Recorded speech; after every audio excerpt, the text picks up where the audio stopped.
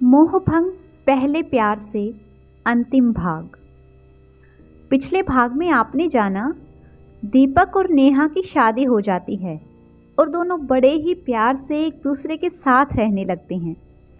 इधर राज की BA clear हो जाने के बाद पहले इंटरव्यू में ही उसे जॉब मिल जाती है। वो 15 दिन बाद ज्वाइन करने वाला है। अब आगे। राज के पापा मम्मी भी बहुत खुश थे। उन्होंने अपने मोहल्ले और जान पहचान के लोगों को मिठाई बांटी। राज नेहा के घर मिलने आया है। दुकान पर दीपक था। वो भी ये खबर सुनकर बहुत खुश हुआ। नेहा से मिलने राज ऊपर वाले पोर्शन में आया। नेहा अपने भाई के लिए बहुत खुश है। दोनों भाई बहन इतने दिनों बाद मिले थे तो दोनों बहुत सारी बातें करते रहे। दीदी, पूजा कहीं गई है क्या? हाँ, कॉलेज गई है। आधे घंटे तक आ ही जाएगी। अच्छा दीदी, अब मैं चलता हूँ। अरे रुक ना, खाना खाकर जाना। नहीं दीदी, आपने नाश्ते में पहले ही इतना खिला दिया है। ठीक है, तो मैं जाता हूँ। नहीं, जाकर आता हूँ बोल। हाँ हाँ, जाकर आता हूँ। राज नेहा के घर से निकलकर सीधे पूजा के कॉलेज गया। वो पूजा को मिलकर अपने दिल की बात बताना चाहता है। राज कॉलेज के बाहर खड़ा होकर पूजा का इंतजार कर रहा था।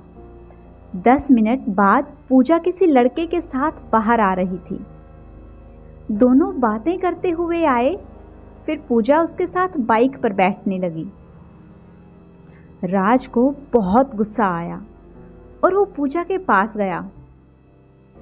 पूजा राज को देखकर उस लड़के की बाइक से उतर गई और वो लड़का चला गया। कौन था ये? वो मेरी क्लास में है। तो रोज उसके साथ जाती हो? राज ने अब धीरे से पूछा, क्योंकि उसे डर लग रहा था। पूजा को भी डर लगता है। राज कुछ गलत समझ रहा है और पूजा ये बिल्कुल नहीं चाहती थी, इसलिए बोली, राज, वो अनुज है, हमारे ही मोहल्ले में रहता है। आज ऑटो बंद है और मेरे पाँव में भी थोड़ी चोट लग गई है, तो अनुज ने बोला बस में परेशान हो जाओगी, चलो मैं छोड़ दूंगा। बस इसीलिए उसके साथ जा रही थी। पूजा के पैर में चोट लगी है ये सुनकर राज परेशान हो गया। चोट? चोट कैसे लगी तुम्हें? वो क्लास में कुछ लड़के झगड़ा कर रहे थे तो बेंच मेरे पैर पर गिर गया। राज ने पूजा को पीछे बैठने के लिए बोला और पहले डॉक्टर के यहाँ ले गया। डॉक्टर ने दवा दे दी और कहा मामूली चोट है। फिर राज पूजा को लेकर एक रेस्टोरेंट में आ गया।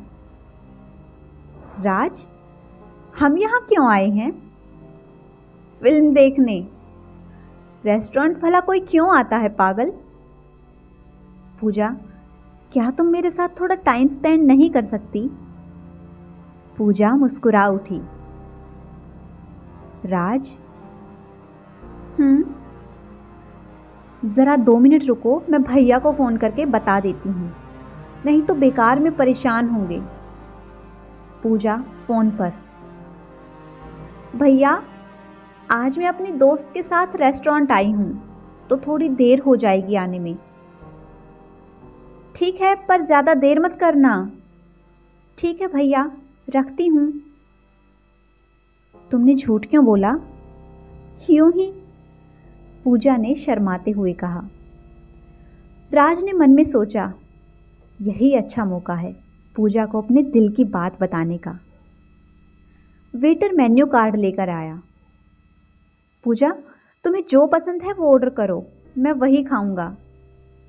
पूजा को राज की पसंद नापसंद सब पता है, तो वो सारी राज की फेवरेट खाने की चीज़ ऑर्डर कर देती है।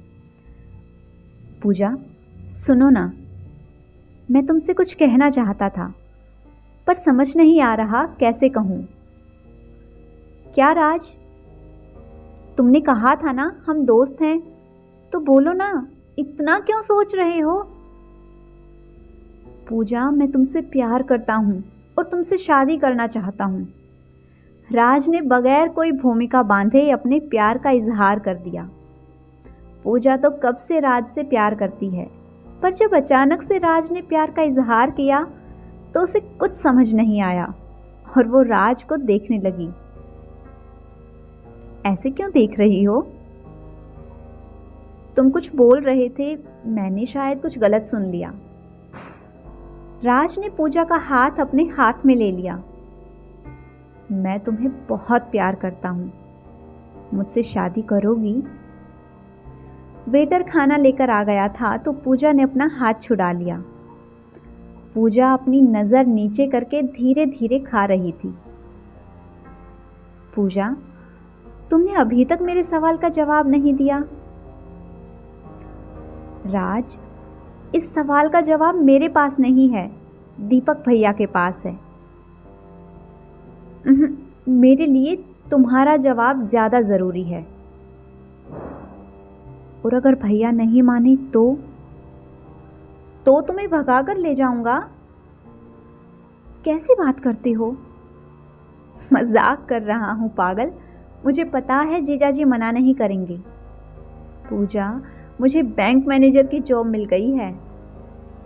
अरे वाह, कॉन्ग्रेचुलेशंस राज। थैंक्स पूजा। घर लौटते समय दोनों के चेहरे खुशी से खिले हुए थे। राज ने अपने मम्मी पापा को पूजा के बारे में बता दिया। घर में सबको पूजा पसंद थी। दीपक भी इस रिश्ते से बहुत खुश है कि उसकी बहन पास ही रहेगी। ऊपर से राज इतना अच्छा और सुलझा हुआ लड़का है। फिर तो जल्दी ही पंडित जी से मुहूर्त निकलवाया गया और दोनों की शादी हो गई। शादी के 2 दिन बाद ही राज ने ऑफिस ज्वाइन कर लिया। क्योंकि अभी नई नई नौकरी थी तो राज ने छुट्टी नहीं ली। राज रात में पूजा को अपनी बाहों में लेकर उसे मना रहा था। सॉरी जान, अभी छुट्टी नहीं ले सकता, प्लीज नाराज मत होना। आपको लग रहा है मैं इसके लिए नाराज हूं? तो फिर किस लिए नाराज हो? मैं जब सुबह दादी के पास बैठी थी तो मुझे गाल पर किस क्यों किया? अरे पर दादी ने तो देखा ही नहीं ना, वो तो सामने देख रही थी। ऐसा आप सोच रहे हैं, उन्होंने देख लिया था। पता है उन्होंने क्या कहा? क्या? बेटा तेरे दादाजी भी बहुत रोमांटिक थे। पूजा ये बोलकर मुस्कुराने लगी और राज ने पूजा को और जोर से अपनी बाहों में कस लिया। अरे छोड़ो ना, क्या कर रहे हो? अरे अभी तुमने बताया ना दादाजी कितने रोमांटिक थे, तो मैं भी उनका पोता हूं, उन्हीं के नक्शे कदम पर चलूंगा। बोलते हुए राज ने लाइट ऑफ कर दी। समय चलता रहता है। राज की शादी को 1 साल पूरा होने वाला है। एक दिन राज अपने कैबिन में बैठा था कि उसे लगा बाहर काउंटर पर नरेंद्र है। थोड़ी देर बाद जब वो चला गया तो राज ने अपने कलीग को बुलाया और पूछा, अभी बाहर जो आदमी था वो नरेंद्र मल्होत्रा था क्या? हाँ सर, नरेंद्र मल्होत्रा ही था। आप उसे जानते हैं? हाँ, कोई बड़े बिजनेसमैन का बेटा है। इसके अलावा कुछ खास तौर पर नहीं जानता। हाँ सर, ठीक सुना है आपने। कभी बड़ा पैसे वाला हुआ करता था, पर अब उसकी हालत बहुत खराब हो गई है। सुना है शादी के बाद अपनी पत्नी के बहकावे में आकर सारी प्रॉपर्टी अपने नाम करवा ली थी।